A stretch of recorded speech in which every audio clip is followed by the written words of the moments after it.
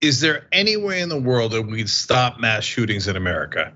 Well, honestly, I'm a little skeptical, but our next guest is going to try to show me a little bit of hope here. So it's Mark Follman. He's written the book, Trigger Points Inside the Mission to Stop Mass Shootings in America. Mark, welcome to the program. Good to be here. Thanks for having me. Absolutely. So Mark, let's do it. You tell me how in the world we're going to stop these mass shootings, because I don't see a way. Well, what I focus on with Trigger Points with the book is a method of community-based violence prevention that I think is potentially a very powerful additional tool we can use to reduce these recurring mass shootings that we see in the country. Obviously, we have an enormous problem with guns and gun violence, and there is a long-running political battle over how to regulate guns in our country. But I think many people recognize that we're in a stalemate a lot of the time with that. And as I was looking into this problem starting about a decade ago, I became pretty frustrated with that myself and was asking the question, what more can we do to try to solve this? It's a complex problem in some ways. What possesses someone to walk into a movie theater and shoot 60 or 70 people, or to go into a school and kill first graders? So when I started learning about this method, behavioral threat assessment, and the fact that a number of cases of plots were being stopped throughout the country, I thought that was very compelling, and there's a lot of potential there for ways that we can, I think, leverage this approach. Okay, so look, the reason, of course, for my skepticism is because our politicians don't seem like they're ever going to do anything about it. There's a massive culture in America of violence and celebration of guns that is inexorably going to lead to massacre after massacre, and it has. And we've had the worst massacres anyone could imagine: children being butchered right in front of our eyes, teachers being shot, Congress people being shot, and still our politicians do absolutely nothing. So Mark, give me the hope. How in the world? Well, what you're saying is true in large part at the federal level, namely that we've seen nothing from Congress in the way of legislation. But in fact, at the state and local level over the past decade, there's been a lot of change. The problem is it goes in both directions. There are states that have implemented tighter regulations and done a better job, and then there are many states that have further loosened gun regulations. So until we have a national picture that's more standardized, that's not really a way forward. But again, I think this method of prevention that I focus on with the book, I think is very hopeful, because we have a lot of myths that we tell ourselves. We just keep recycling them about mass shooters. The idea that they're all totally insane and that they just snap and go off the handle as if this is some impulsive act. But that's not true. That's never true in any of these cases. When you dig into them, you see that these are planned attacks. This is planned violence over days, weeks, months sometimes. And they're also preceded by a long trail of behavioral warning signs. That's what this field focuses on. That's an opportunity to intervene. So if we kind of demystify what this problem is and sort of set aside all of the entrenched political arguments that we just keep repeating and try to understand this problem better, there is real hope. I mean, I've looked at a lot of cases in the course of writing this book where threat assessment teams have intervened with troubled people who are planning and plotting violence, and they've gotten in the way of that constructively and helped people steer them in a better direction and away from committing an attack like that. So, but a lot of these, especially the younger guys, appear to be loners. So how do you find a loner who's sitting there scribbling, their dark thoughts in a corner? I mean, let alone the fact that I think it was in Michigan that happened, where the teachers actually did see it, and then they reported to the parents, and the parents who had just bought him a gun didn't care at all and let him go back into school. So there's just awful right-wing parents in the country who celebrate their kids having guns, even if their kids are unstable. But okay, put the parents aside. A lot of them are loners. So how do you find them? Well, so Cenk, that's actually another myth that we have about this problem, the idea that these are people who just burst out of complete social isolation and aren't detectable. It's simply not true. There are often people around the perpetrators of mass shootings who are in a position to see the warning signs. Peers, there are many school shootings going back decades, even before Columbine, where numerous kids had a good sense of something coming. And that's true of the case you just mentioned, Oxford High School last November. There were a number of kids who were worried about the perpetrator of that attack. There'd been stuff flying around on social media for weeks, months ahead. There were some peers that he was texting with and sharing videos with.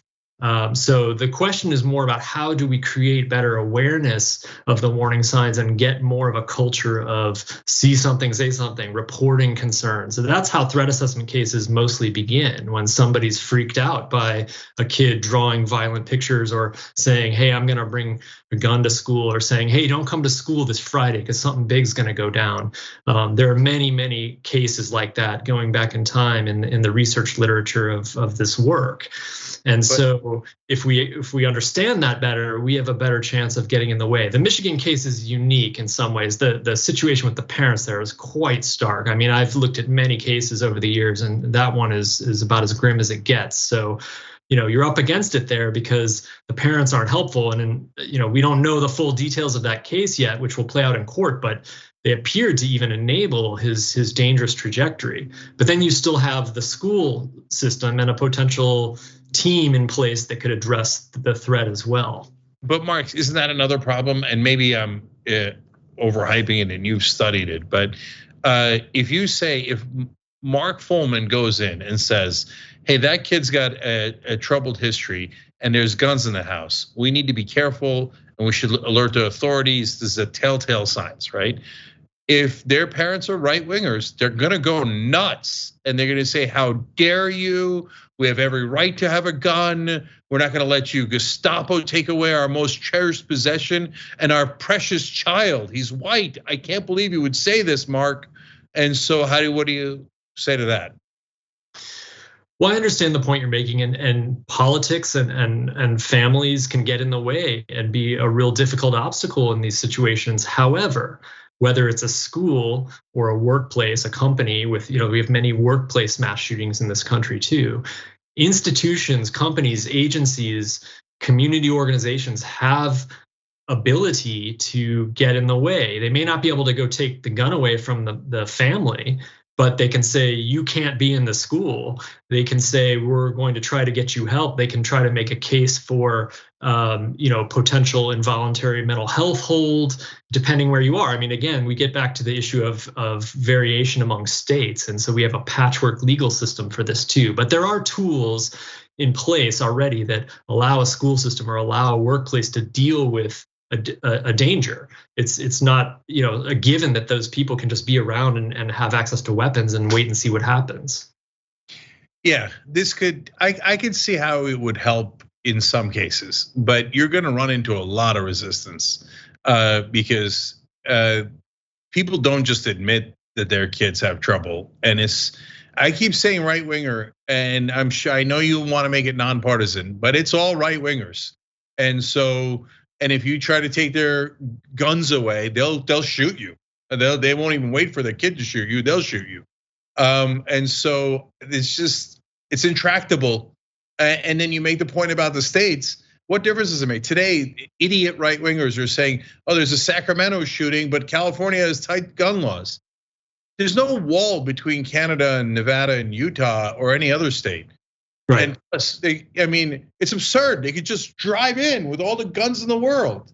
Right. Well, so that's the point we were discussing earlier. And I think you're right that, look, we have seen a rise in political violence in this country in recent years, especially from the far right. I've written about that and covered it quite a lot for Mother Jones. I write about it in the book.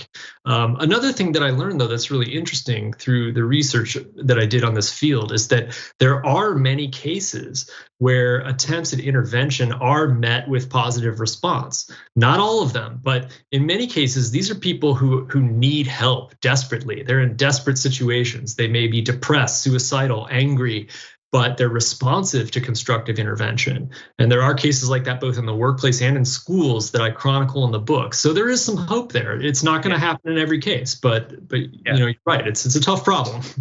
No, and Mark, don't get my skepticism the wrong way. I'm super frustrated at politicians, but I'm sure what you're saying would help. And by the way, if it helped to stop a dozen mass shootings, you'd be saving an enormous amount of lives, right? Yes. And I believe that it certainly can. And by the way, the FBI does a pretty good job these days of sussing out domestic terrorists. Every time they stop a plot, I give them credit for it, which is on a left-wing channel saying, "Hey, look, the FBI is doing pretty well." And so I can see how if you applied that in this situation, it would certainly help some. But I got to ask you one more thing before we leave. You said they're not nuts, and so nuts is kind of a it doesn't really mean anything, right? But I can't help but think that they're crazy. Whether it's a Muslim fundamentalist terrorist, and I'm Muslim, and I tell people 1 billion times over, that's just a random dude out of 1.6 billion people, right? Or it's a Christian fundamentalist or a right wing, or just a rando, right? So if they're not nuts, what are they? Yeah, no, it's a great point. I mean, I think we see them that way in a lay sense because what they're doing is nuts. We can't relate to it. How on earth can someone go do this, right? It's hard to understand, or we treat it as what we call, senseless tragedies. But the point is that we can make sense of them. That a lot of these people are acting rationally in the sense that they develop an idea to carry out violence, and then they plan it and they do it. And so in that sense, they aren't insane. We tend to think of that as, oh, these are people who are hearing voices telling them to go out and commit a mass murder, aliens in their head or whatever. But that's just simply not the case in most of these cases. The forensics show that these are people who in many cases don't have clinically diagnosable mental illness. I mean, they're certainly mentally unhealthy. They have behavioral and mental health problems, but many people do. So then the question becomes, what is it that defines the behavioral pattern leading up to these attacks? And if we can understand that better, if we can see those warning signs, we can intervene before it's too late. That's the real hope of the work in this field. And there are a lot of cases where it's worked well. So I see it as a real additive solution here. It's not going to fix the problem in and of itself, but neither is the continued battle over gun laws, because we see where we've gotten with that for decades now, right? It's both and more. Yeah, we've gotten Republican cruelty and Democratic incompetence. So you're right, that's not an avenue that's worked out very well. And you're also right about the crazy, because crazy, my definition of it is detached from reality, and they're attached enough to reality that they plan. Right. And they take action in the physical world. So and that action has consequences. So they're not detached from reality. I think the issue is more they've become attached to toxic anger, and that's what we have to study more. There's a lot of that, and we have a lot of that going on more now in our politics and culture, for sure. Absolutely. All right, Mark Follman, the book is Trigger Points Inside the Mission to Stop Mass Shootings in America. Thank you for joining us. Appreciate it. Thank you. Thanks for watching The Young Turks. Really appreciate it. Another way to show support is through YouTube memberships. You'll get to interact with us more. There's live chat emojis, badges. You've got emojis of me, Anna, John, JR. So those are super fun. But you also get playback of our exclusive member-only shows and specials right after they air. So all of that, all you gotta do is click that join button right underneath the video. Thank you.